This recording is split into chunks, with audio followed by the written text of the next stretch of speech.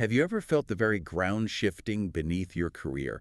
Or um, maybe notice how quickly new forms of media just pop up, demanding entirely new ways of communicating? Oh, absolutely. It feels like a constant state of flux out there. Right. And the pace of change only seems to be speeding up, like every single day. It's truly more than just a feeling, though. It's uh, a fundamental, unprecedented reshaping of how we learn, how we work, and, critically, how we connect with each other. Yeah, those traditional pathways, the career ladders we thought were so stable. They're not just changing, Yeah. they're dissolving, Yeah. and entirely new ones are being forged, like in real time, often right before our eyes. Exactly. And that's precisely what we're dedicating this deep dive to today. We're going to explore how technology, especially, the rapid rise of artificial intelligence, is profoundly reshaping not just careers, but the very fabric of content creation. And maybe most crucially, we'll distill the essential skills and the adaptable mindsets you need, not just to survive, but to actually thrive, innovate, and find your footing in this. Well, it's exhilarating, but often pretty disorienting new era. Okay, so where are we drawing these insights from today? This deep dive pulls its core insights from a really fascinating conversation. It's from TED Intersections. We've been digging into the dialogue between John Yushai. Ah, the video creator. Yeah, his stuff is everywhere. Very insightful. Exactly, prolific guy. And Michelle R. Weiss, who's a leading expert in education and workforce strategy. Her research often guides, major policy decisions.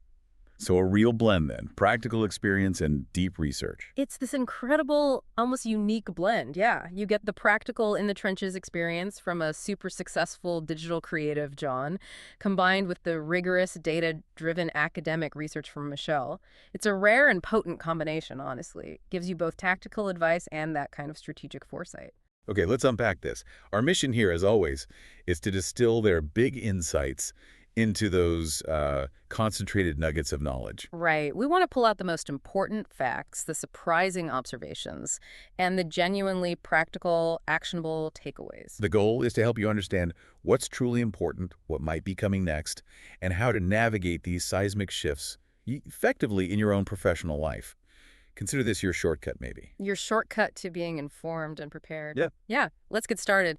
Hashtag, tag, tag, the accelerated whirlwind of career evolution. So if you've ever felt like your career path is less of a straight road and more like I don't know, a swirling vortex, you are definitely not alone.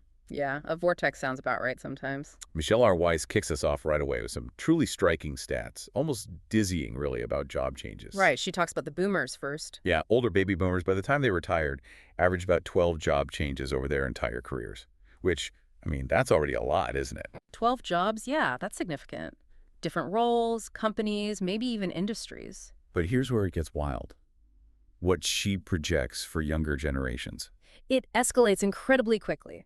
Michelle projects that for us, those still deep in our professional lives, we could be looking at realistically anywhere from 20 to 30 career shifts. 20 to 30. Yeah. And John Yushai, he had a quip about Gen Z. Yeah, he kind of joked, but maybe seriously, that for Gen Z, considering their average time in one job is often less than 3 years, that number could hit 50. 50 job changes. If you just let that sink in for a second. 50 different professional chapters. That figure doesn't just reshape the old career arc, it absolutely pulverizes it. That whole linear thing. Yeah. Education, then work, then retirement.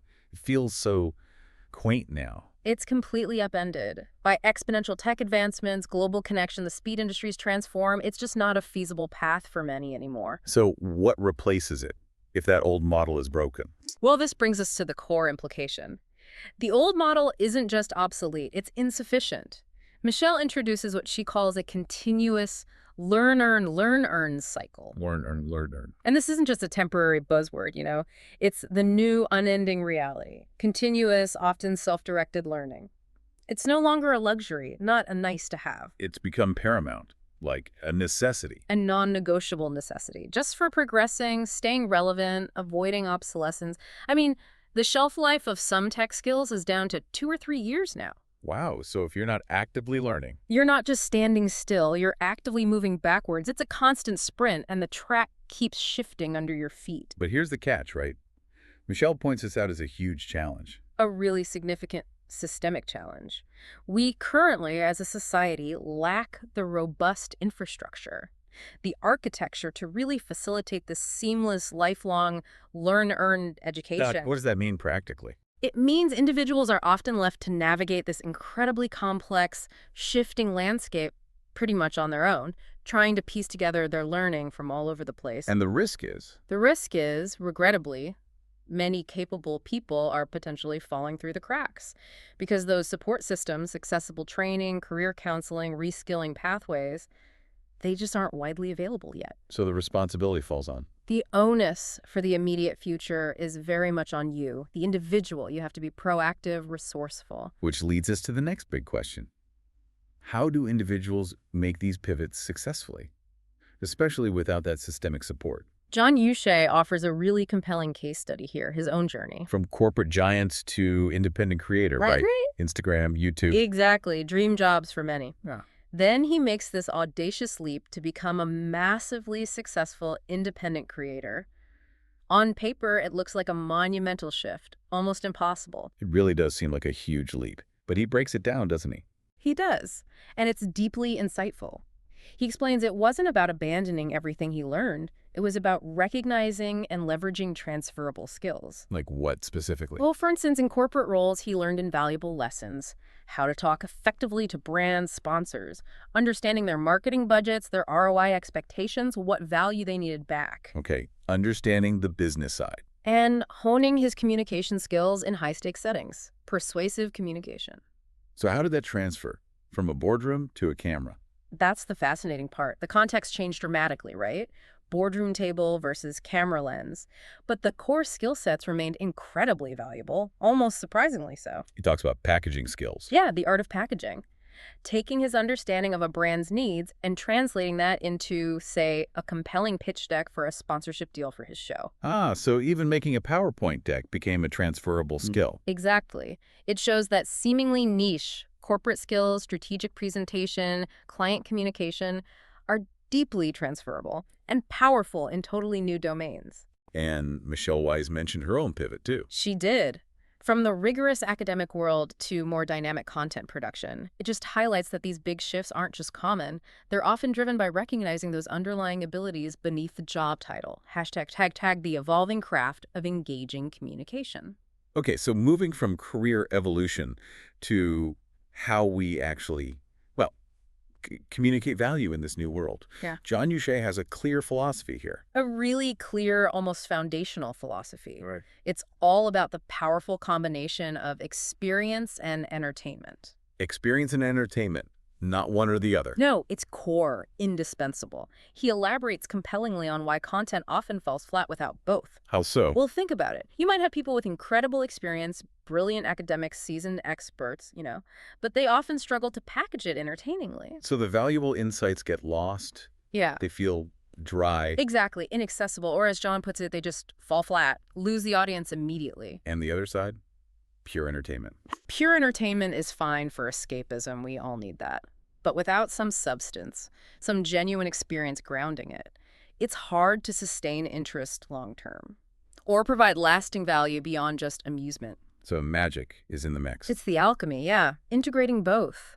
John stresses this helps viewers not just absorb info, but get as much value as possible, making it feel visceral, emotional, connecting deeply, not just statistically. Engaging the mind and the heart. Precisely. And what's really fascinating here is how much context defines successful communication, especially the medium, the platform. Ah, right. He contrasts different platforms. Vividly. On a traditional YouTube video, you might have more breathing room. For an intro, a build-up, But on TikTok, Shorts, Reels. it's immediate, almost brutal demand for instant engagement. You have microseconds. Which brings us to his concept of the first frame. Critical concept. Almost scientific. What do you see at 000 seconds? That initial visual hook, it has immense power. Defines expectation, communicates value, hooks the viewer before they scroll. He used that Mr. Beast or Tom Cruise example. Brilliant example. Almost theatrical. Instead of just stating a statistic about social media stars versus Hollywood icons. He turned it into a street survey. A dynamic, highly scientific study on the streets of Hollywood.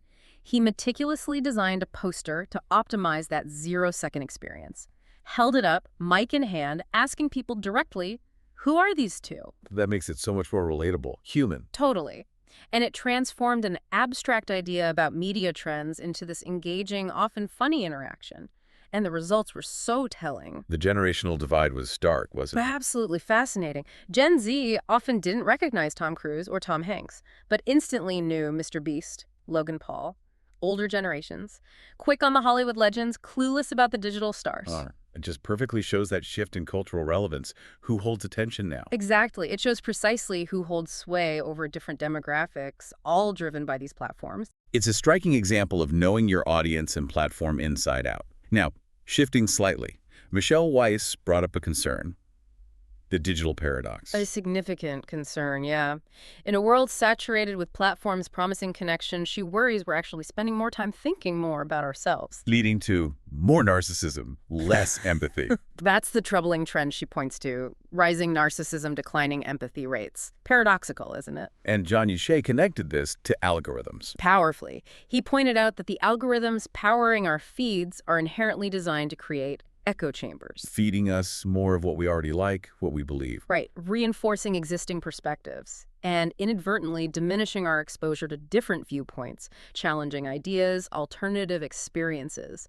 It's a loop that can narrow our worldview significantly. So how can content fight against this, can it? John suggests specific formats can actively counteract this. He highlights the power of interviews. How so? Well, if you follow one creator and they interview someone totally outside your usual periphery or circle, different background, politics, industry you're exposed, by design, to a new perspective you might never have sought out.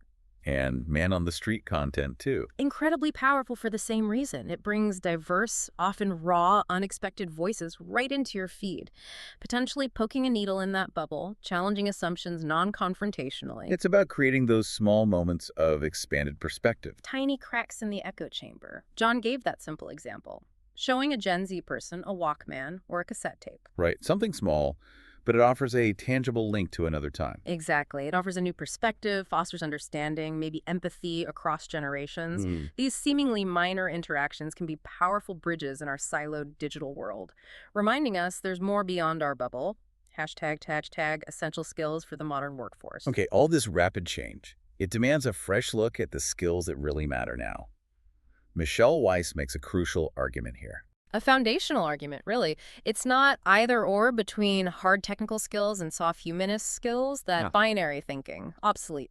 So what is it then? It's a non-negotiable both-and mandate. You absolutely need both generalist humanist skills and sufficient targeted technical skills to thrive, not just survive. Why is both and so critical now? Michelle explains it meticulously.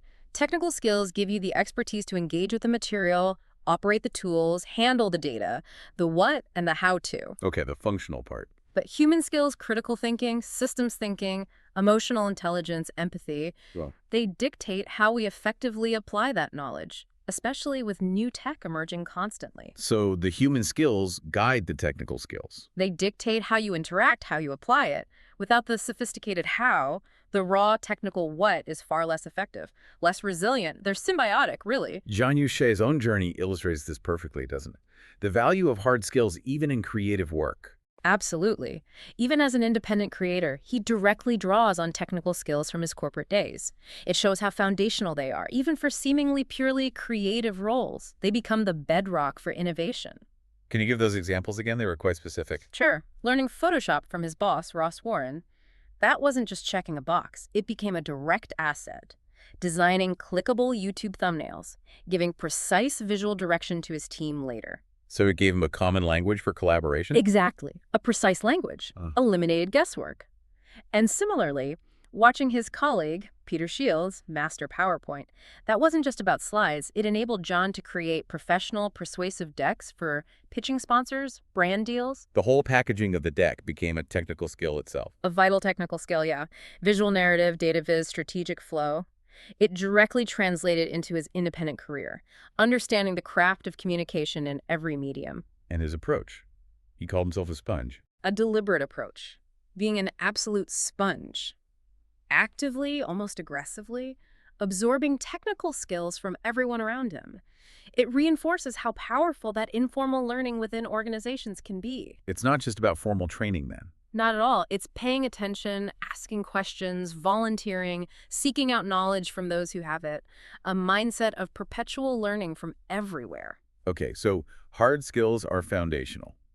But Michelle Weiss emphasized the human skills too, calling them under-practiced. Crucial and often underpracticed, exactly. We often think of critical thinking, emotional intelligence, empathy as innate soft skills you either have or don't. But she argues they need practice. She powerfully argues they still require deliberate practice.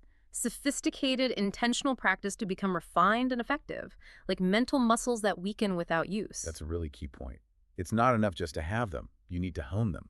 And she highlights a significant practice gap in our systems. It's relatively easy to find vertical, technical training, cybersecurity boot camps, coding courses, Google certs. Right. Very specific skill training. But there's a scarcity of effective mechanisms, structured ways to genuinely practice and develop these horizontal human skills meaningfully, outside of just living life. Yeah, you can't really enroll in an empathy boot camp, can you? Haha, exactly. The infrastructure isn't there in the same explicit way. And why does this practice gap matter so much right now? Michelle emphasizes these human skills are increasingly vital for navigating a longer, more turbulent work life. Because technical skills might become obsolete. Precisely. When tech skills fade, these human skills, critical thinking to adapt, emotional intelligence to collaborate, empathy to connect, provide deep, enduring resilience and adaptability. They're the foundation for continuous growth. They're your true north in a constantly shifting landscape, allowing you to pivot, lead, connect beyond any specific technical expertise you have at that moment. Okay, let's dive into AI's role in all this. There's a lot of, well, fear out there, isn't there? Job displacement. Definitely a common, almost visceral reaction. But John Uche, as a working creative deep in the digital world, offers a largely excited, almost defiant view. What's his take? He posits that if a creative feels AI is coming directly for their job, it actually says something about your skill set right now. Ooh, that's provocative. So it's about adapting, not just fearing. It implies a need for adaptation, yeah. Evolving your skills to leverage AI rather than be replaced by it. He acknowledges good tech always displaces something. There will be a rough patch. He doesn't shy away from that. There'll be retooling, reskilling, maybe significant job shifts. We might be in it now. But his main message is AI's potential as a complement and amplifier, especially for creatives. Collaboration, not competition. If you position yourself right, yes. And here's where it gets really interesting for creators or anyone facing a blank page. The rough draft problem. Exactly. He talks about AI solving the rough draft problem. Staring at a blank screen is paralyzing, right? It's almost always less daunting to edit even a terrible existing draft than to conjure something from nothing. That first step is often the hardest. Totally. He uses that great Chipotle rule analogy. Remind me of that one. You're trying to pick a nice dinner spot. Everyone's like, I don't know, whatever. Then someone says, how about Chipotle? Suddenly everyone has an opinion. No, not Chipotle. Let's try that other place. Right. The imperfect suggestion sparks better ideas. Precisely. An AI-generated first draft, however imperfect, gives you something tangible to react to. Critique, build upon, reject. It unblocks the creative flow by giving you a starting point. So practically, how does AI accelerate creativity? John illustrates how AI tools can drastically speed things up. Brainstorming initial ideas for the thumbnails, content concepts, offering multiple starting points. Helping with repurposing content. Efficiently clipping, repackaging, subtitling long-form stuff for TikTok or Reels. This allows creators to move faster through the time-consuming initial stages. Freeing up human energy For the nuance, the emotional resonance, the strategic storytelling, those uniquely human touches that make work exceptional, offloading the mundane to focus on the truly creative. Michelle Weiss had a really interesting angle on this too, right? So automation. Super interesting. Drawing on Nobel winner Diron Acemoglu, she explained that for decades, automation like ATMs was often poor enough, maybe incomplete is a better word, that humans were still needed in a terrible way. For really repetitive, uninspiring tasks. Soul-crushing tasks, yeah. Like manually labeling millions of images to train AI. Not creative work, just tedious input. The current AI might change that. That's the exciting part, Michelle argues. Today's AI might finally be sophisticated enough to displace those truly uncreative, repetitive tasks. Leading to? Her belief, aligning with John's experience, is that this could generate really new forms of creative labor. This excites her because it's not just efficiency, it's freeing up human potential. Allowing people to do more with what you're given. Exactly. By automating drudgery, letting us engage in higher level, more fulfilling, uniquely human creative functions that were previously bogged down, a redefinition of what human work can be. But humans are still essential in the loop. Absolutely crucial. Oh. While AI generates, humans are vital for editing, refining, curating, injecting that human touch.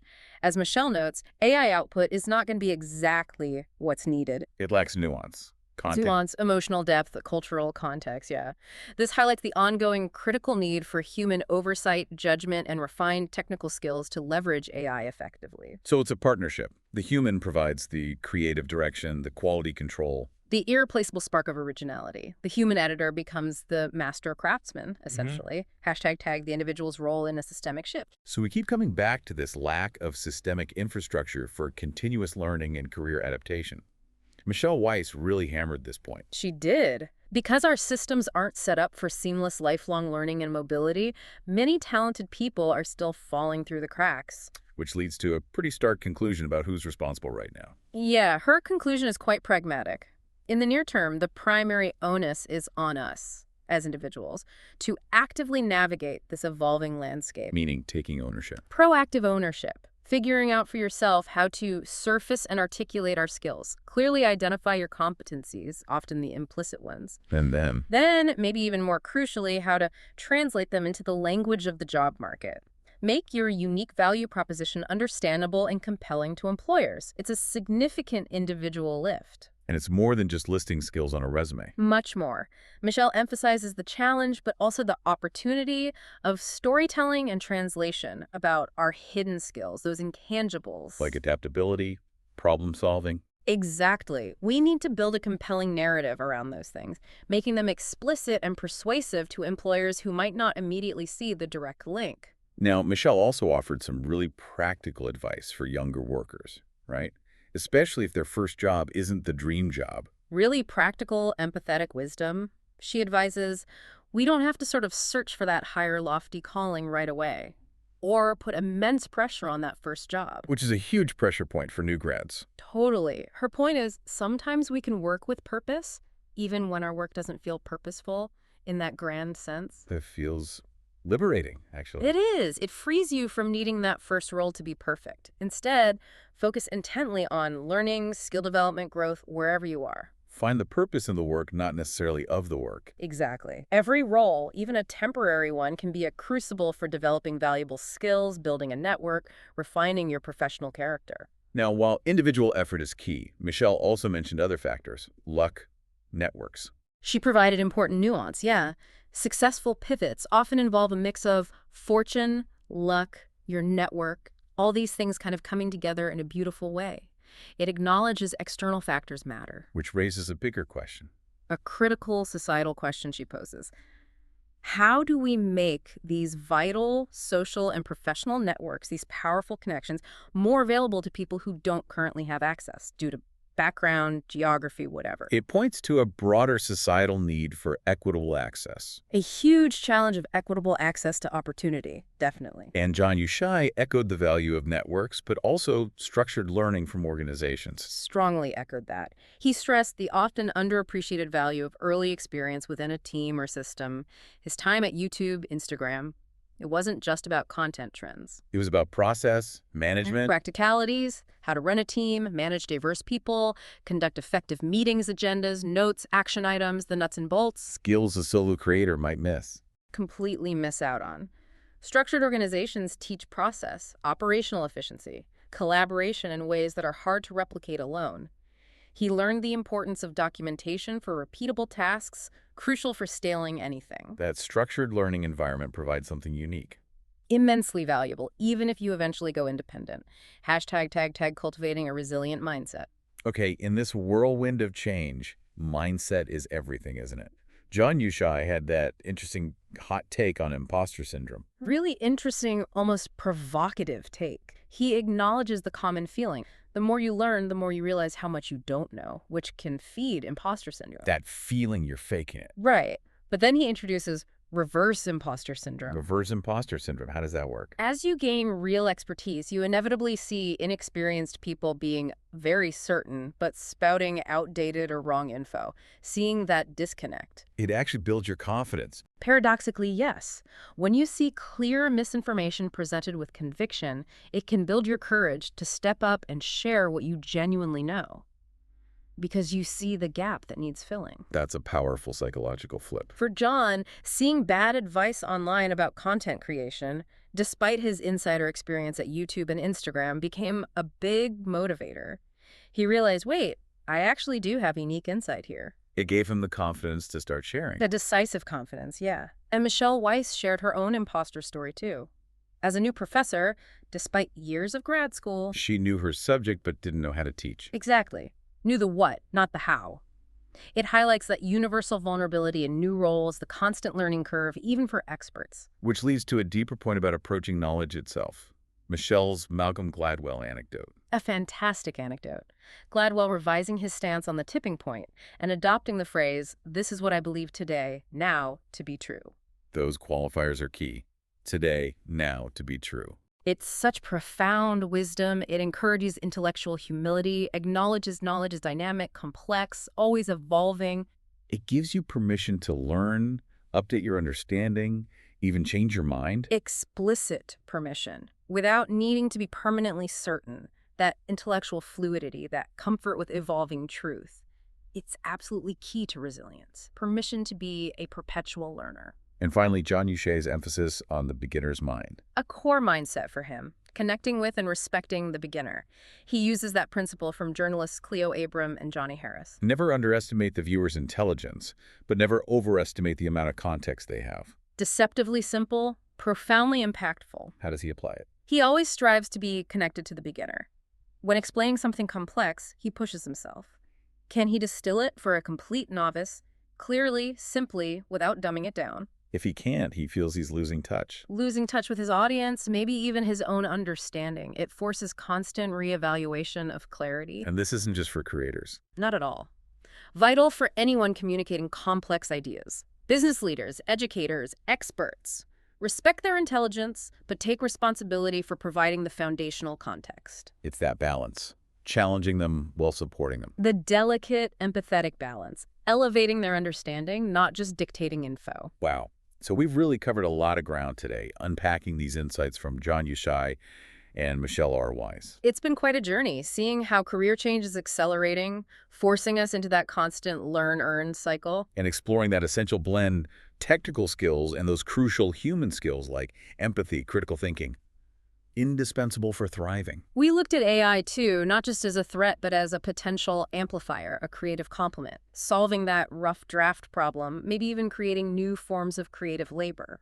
And grappling with that heightened individual responsibility given the lack of systemic support right now. Ultimately, yeah, it comes down to cultivating that resilient, adaptive mindset. Reframing imposter syndrome, embracing evolving truths with humility. And always staying connected to the beginner's mind, whether you're teaching, leading, or just learning yourself. It really leaves us with a final thought, a question maybe for you listening. Yeah, something to ponder. In this era of constant learn-earn cycles and evolving expertise, what single human skill will you commit to actively practicing and refining this year? And maybe, how might embracing your own moments of imposter syndrome actually be a secret weapon, a catalyst for your continuous growth and authentic contribution? Something profound to consider as you navigate your own journey. Until next time, keep digging deeper.